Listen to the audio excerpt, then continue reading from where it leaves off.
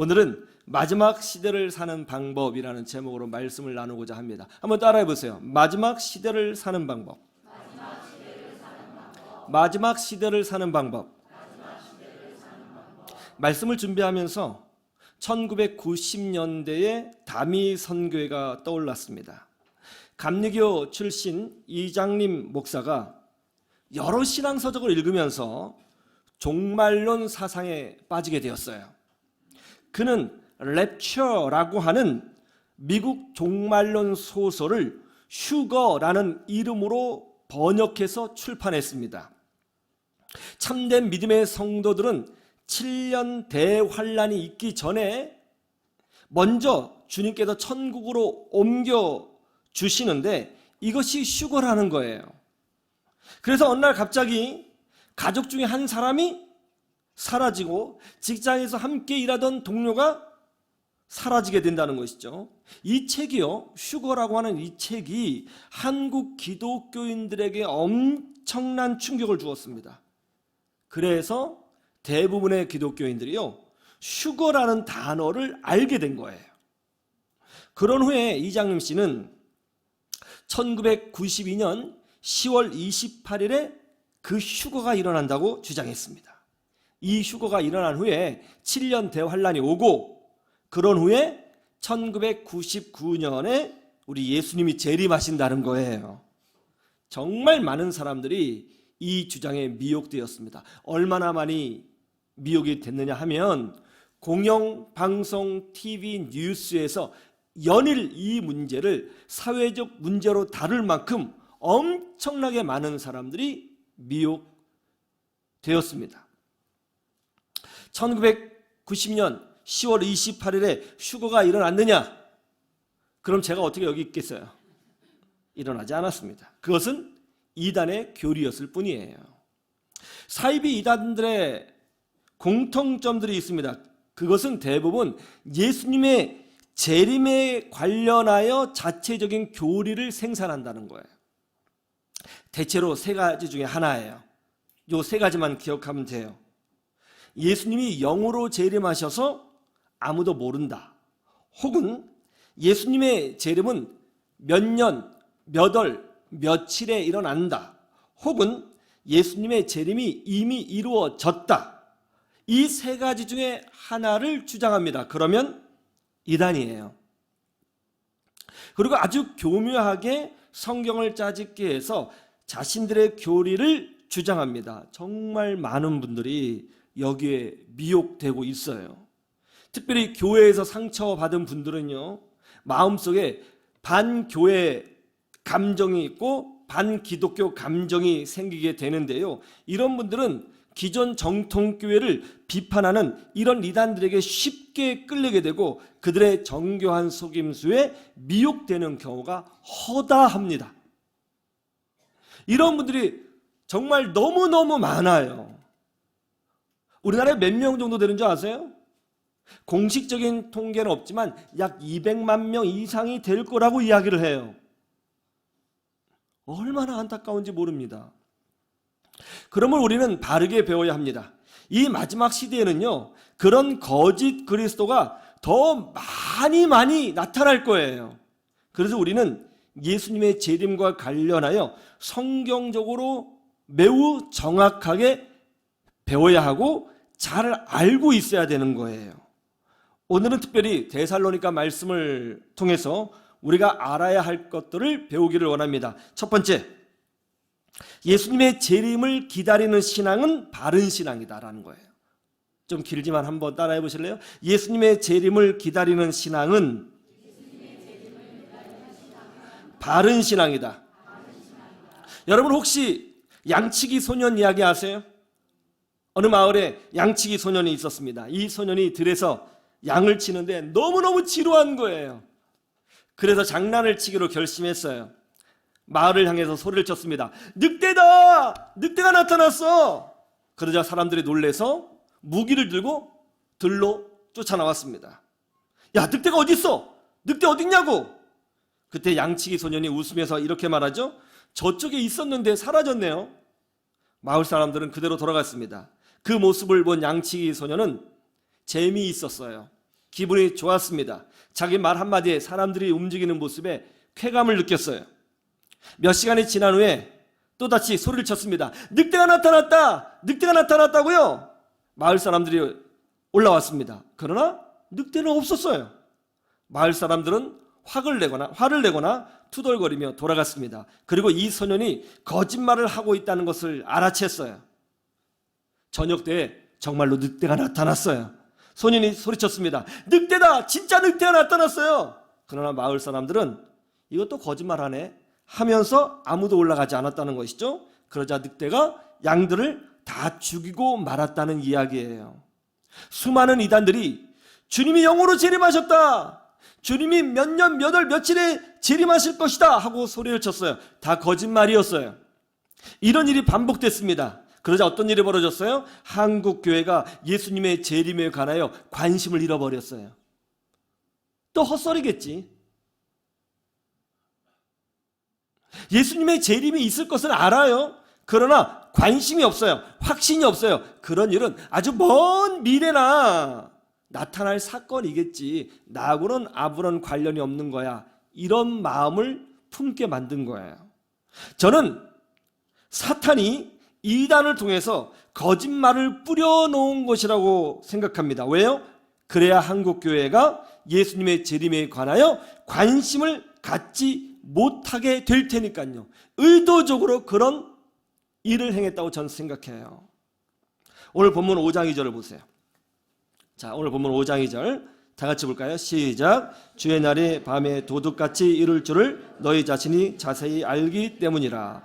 데살로니가 교회 성도들은 예수님의 재림이 있다는 것을 알고 있었어요. 예수님이 재림하시면 모든 악이 끝나고 모든 고난이 끝날 것을 믿었습니다. 그리고 믿음으로 인내한 성도들이 승리할 거라고 확신했어요. 그러나 예수님이 언제 재림하실지는 몰랐습니다. 그래서 그들은 더욱더 깨어 기도하며 예수님의 재림을 간절히 기다리고 있었던 거예요. 그런데 이런 종말론적 신앙에 대해서 사도 바울께서 말씀하시기를 너희들의 종말론적 신앙은 잘못된 것이다. 예수님의 재림을 기다리는 신앙은 틀렸어. 이렇게 말씀하지 않았다는 거예요. 이게 중요해요. 오히려 사도 바울은 그것이 바른 신앙이라고 말씀하고 있다는 것입니다. 사도신경에도 예수님의 재림을 고백하도록 되어 있잖아요. 저리로서 산자와 죽은 자를 심판하러 오시리라. 그렇죠? 예수님의 재림을 기다리는 신앙은 바른 신앙이에요. 좋은 신앙이에요. 그런 신앙을 소유해야 되는 거예요. 왜 그렇죠?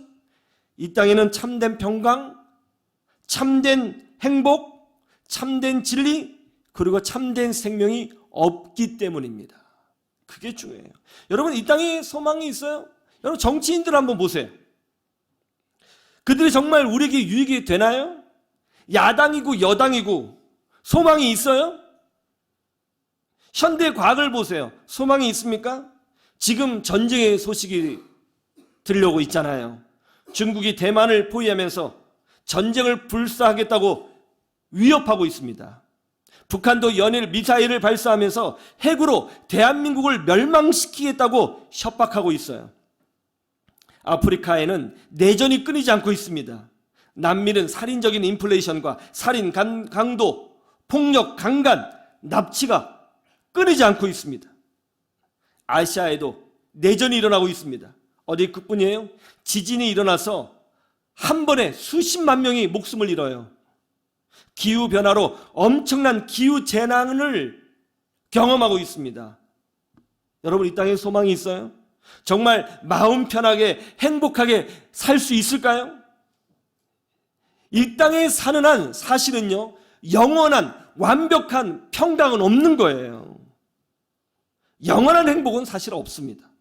이 땅에는 여전히 악이 있고 다툼이 있고 갈등이 있고 재앙이 있고 위기가 있고 질병이 있어요. 그리고 죽음이 있습니다. 이것이 바로 우리가 살고 있는 이 세상의 현실인 거예요. 그러면 이 모든 절망이 언제 끝날까요? 언제 우리의 믿음이 승리하게 되는 것일까요? 예수님께서 하나님의 권능과 영광으로 재림하실 때 이루어지는 거예요. 예수님의 재림은 은밀하게 이루어지지 않습니다.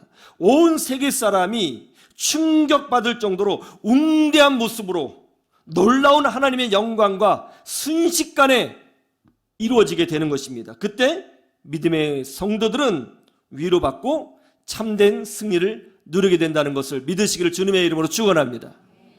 그래서 우리는 주님의 재림을 기다리는 거예요. 저는 솔직히 우리 주님이 내일 재림하셨으면 좋겠어요. 그래서 고난받는 모든 주님의 백성들이 위로받고 최종 승리와 영광을 누렸으면 좋겠습니다. 1970년대 후반 중동 건설의 붐이 일었어요. 그때 많은 분들이 중동으로 일하러 갔죠. 뜨거운 모래바람과 싸우면서 일했습니다. 제 친구의 아버지께서도 중동으로 가셨어요. 중동으로 가시면서 아빠가 몇 년 뒤에 꼭 올게. 아빠가 돈 많이 벌면 집 살 수 있을 거야.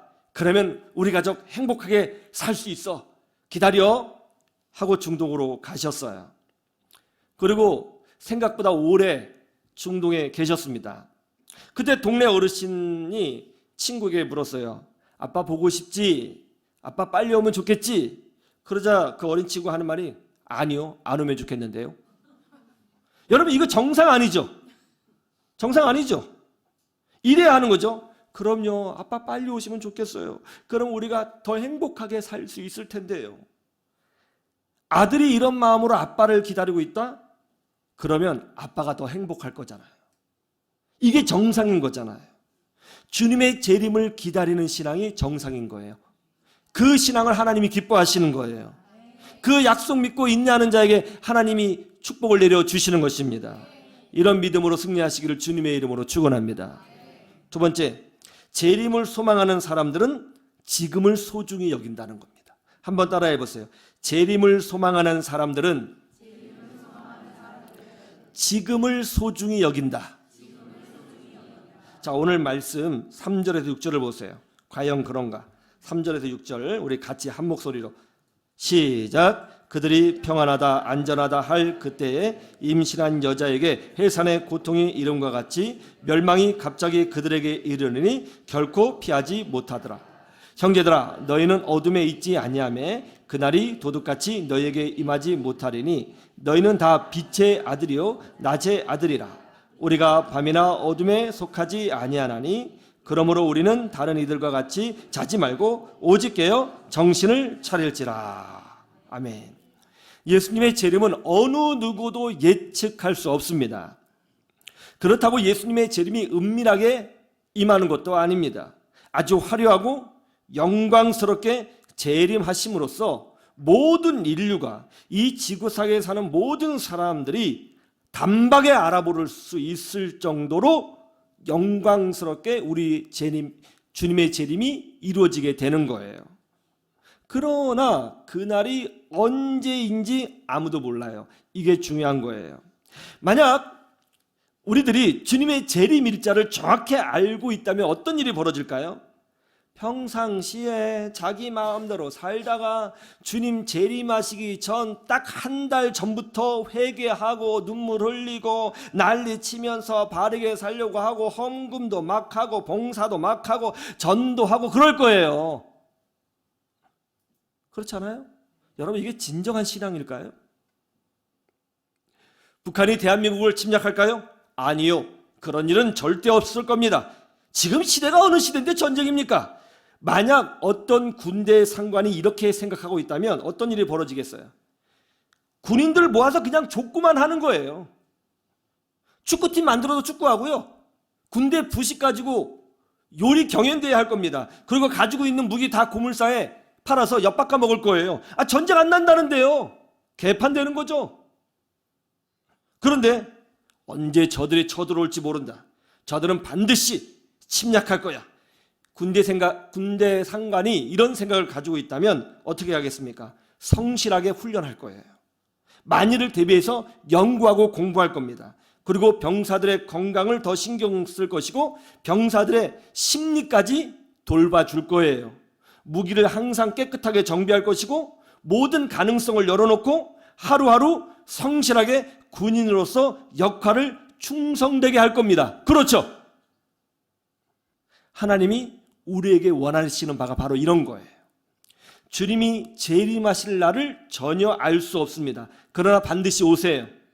그러므로 이 재림 신앙으로 무장된 성도들은 하루하루를 성실하게 살아야 되는 거예요. 그리고 오늘 내가 사는 이 일상 자체가 매우 소중하다는 것을 깨닫고 믿음으로 살고 긍정적으로 살고 직장에서 열심히 일하고 가정을 잘 돌보고 교회에서나 어디에서나 하나님의 자녀로 사는 기쁨을 누리며 사는 것입니다.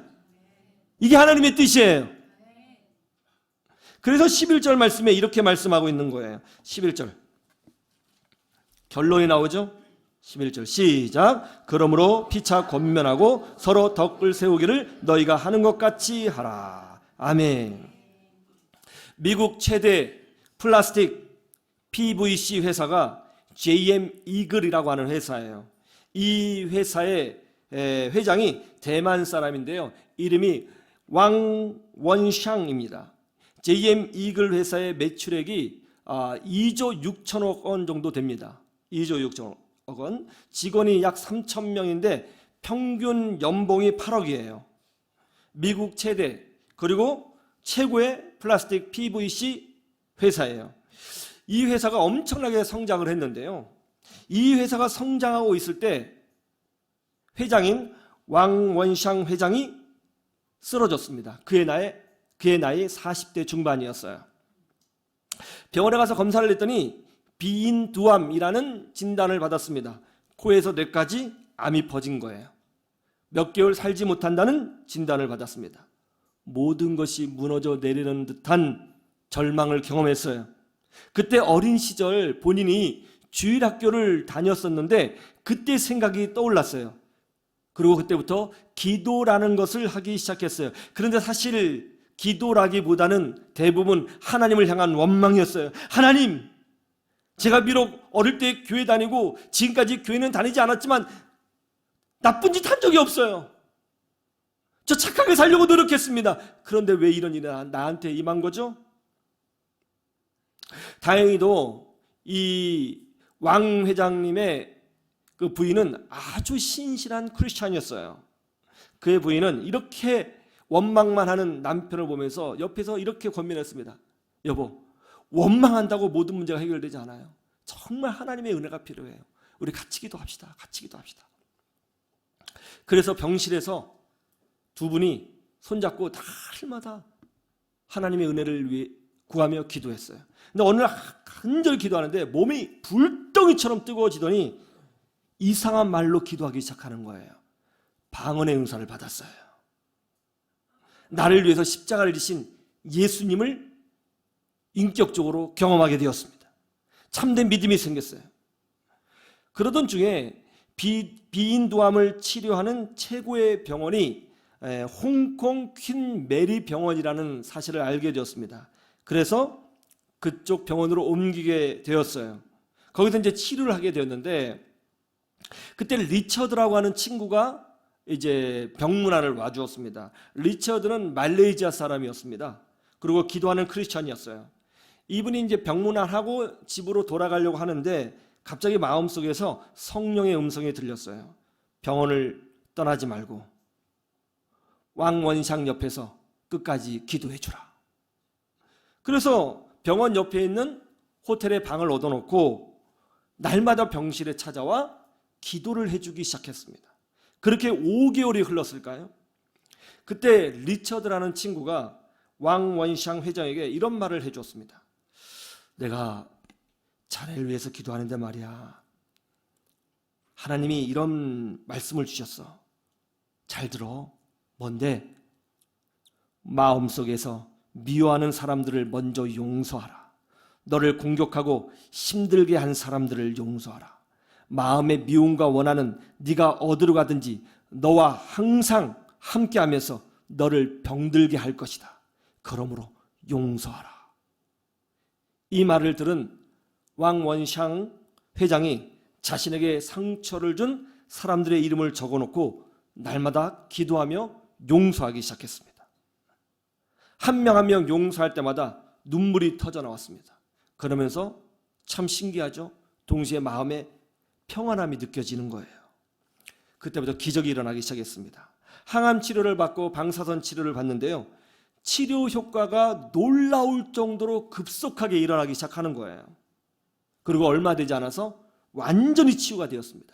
1년도 살지 못한다고 했는데 현재 19년이 지났는데 지금까지 건강하게 살고 있고요, 경영 일선에서 아주 멋지게 회사를 일으키고 있어요.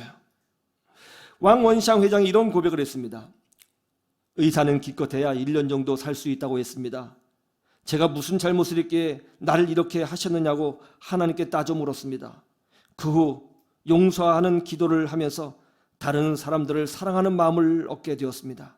그러자 치유받을 수 있다는 확신이 생겼습니다. 그리고 하나님은 이렇게 치유하여 주셨습니다. 지금 이분이 미국에서요, 미국 내 화교교회, 중국인 교회를 다니면서 본인이 사업해서 얻은 수익의 상당 부분을 할애하여 교회를 세워주는데 최선을 다하고 있습니다. 특별히 하루하루를 매우 소중하게 여기면서 천국을 바라보며 이 땅에서 예수 그리스도만이 주가 되심을 전하는 인생으로 뜨겁게 살아가고 있다는 거예요. 바로 이거예요. 주님의 재림을 소망하는 사람들은 하루하루를 소중하게 여기는 사람이어야 하는 것입니다. 직장 생활도 소중하고요, 학교 생활도 소중하고요, 교회를 세우는 일은 더더욱 소중한 거예요. 그렇게 하루하루를 소중하게 살아가고 또 긍정적으로 살아가셔야 하는 것입니다. 그리고 생명을 사랑하는 사람으로 살아가야 되는 거예요.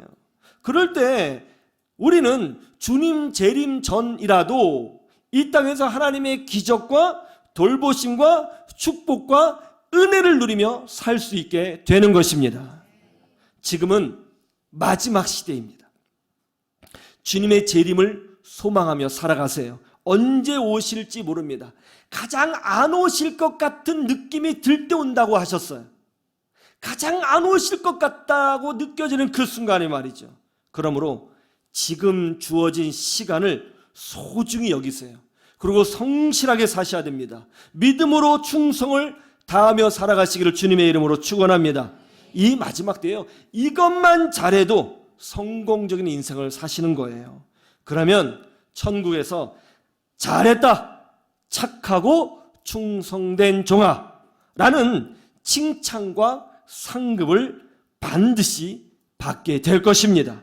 이 재림신앙 정말 중요합니다. 이 마지막 때에 이 믿음으로 세상을 이기시고 천국을 바라보시며 하나님의 은혜와 기적을 누리시는 주의 백성들이 되시기를 주님의 이름으로 축원합니다. 축원합니다.